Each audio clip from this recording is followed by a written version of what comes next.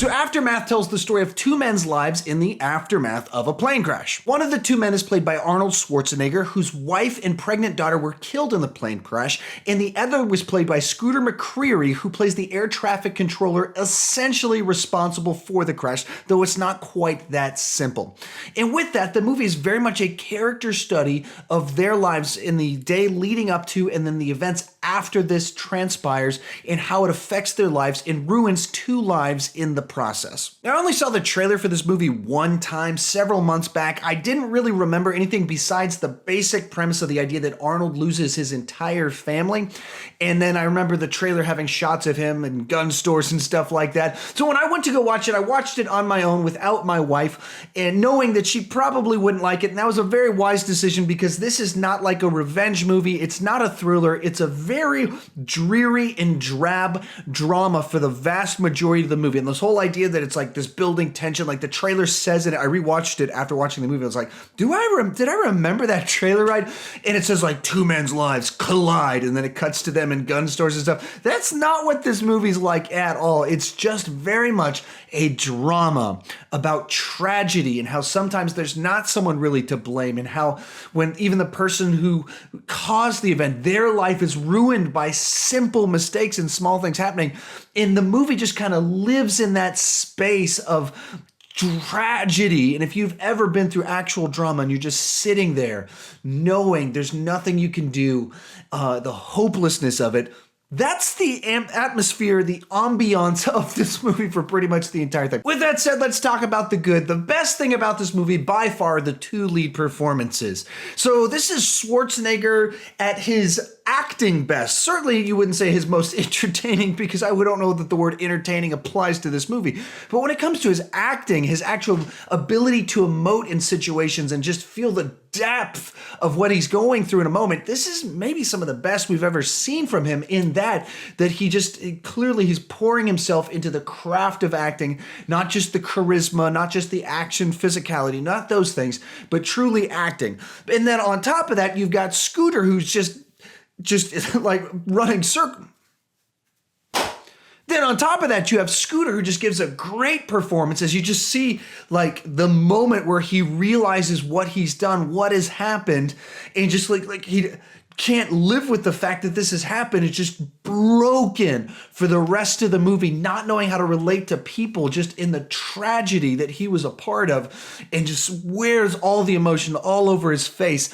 And really, those are the two good things about this movie are these two lead performances. With that, I got to move into the bad. And unfortunately, even though Arnold just threw his heart into this, and I want to be able to praise it more so than I can, the story is, there's not a lot of story here. It is an event happens and you see a lot of really bad stuff happen in their lives and you see them just depressed, living, wallowing in the sadness of it. And then it moves into a third act where it tries to kind of go somewhere with the story and it doesn't go anywhere really good with it. It gets really melodramatic, over the top, and not in character with what has happened before. And everything that happened before felt so grounded and real. And then it moves into big movie plot stuff that feels totally foreign in the movie that you're watching. It seems like the writer and the director didn't understand that with a movie telling this type of story, you don't need big twists and reveals in the third act.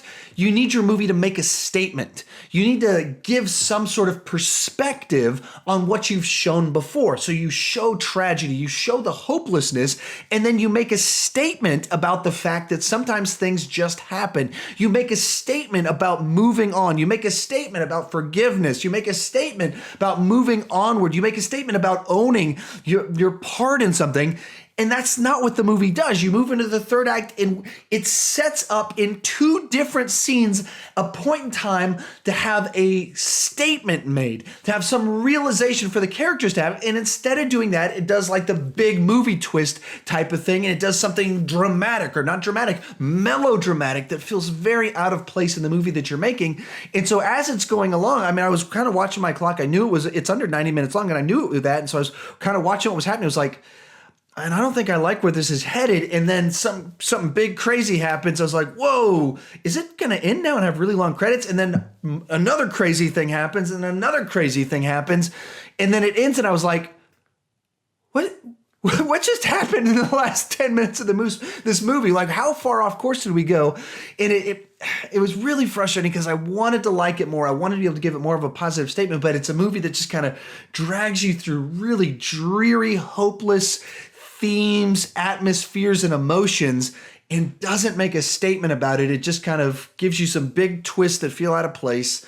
And then the movie ends, unfortunately. So even though you got two great performances, you don't really have a great movie. And I'm going to give it a 5.5 out of 10. I really wish I could give it more, but the last 10, 15 minutes of the movie kind of soured it for me. It made me go, what? What just happened? And here's where this gets a little bit tricky. After I watched the movie, kind of ran through what my rating on this would be, I did what I often do, and I went to the Wikipedia page. And what I realized is this movie's based off of true events. Like, there's a guy that actually had his family killed, and there's an actual guy that was grieving over it, and actual events happened that kind of pushed where this story would go and sort of the things that would happen in it. And unfortunately, even though that maybe it's based on real events and where things go might have some basis in actual reality, in the movie you're watching, it doesn't feel real at all. It feels melodramatic, unfortunately, and that's to the fault of not the actors at all, but entirely to the director and the writer, that they wrote a movie that did not at all come off right, and it felt very melodramatic. And if I'm being honest, this is one I certainly don't see it in the theaters. It went straight to video. It came out early on Amazon Prime. And so, I can't even recommend you check it out at the $5.99 on there. I'd say, wait for Redbox for $1. Check it out on Netflix when it hits there. But it's unfortunately not really worth your time unless you're a big Arnold fan like me and want to see him do a good job in something, which he does in this movie. With that said, how about you? What did you think about it? Tell me in the comments section down below. What do you think is the best Arnold performance? Not the swagger, not the charisma, not the action guy, but actual best performance for Arnold. Tell me in the comment section down below. I'd love to talk Arnold with you because I don't want to just talk about Arnold. I want to talk about Arnold with you. If you're new to my channel, please consider clicking that subscribe button. I do some movie reviews, talk about movie news, trailer reactions from time to time. Got this cool thing I've been working on recently called Masters of Movie Trivia, and it is a competition to discover who is the master of movie trivia. So it's me competing with some other YouTubers. Sometimes I'm just the host, but it's been a lot of fun. Check that out wherever the button is all around here. Leave a comment down below what you thought about this movie and what you think of the best Arnold performances. And as always, thank you for watching.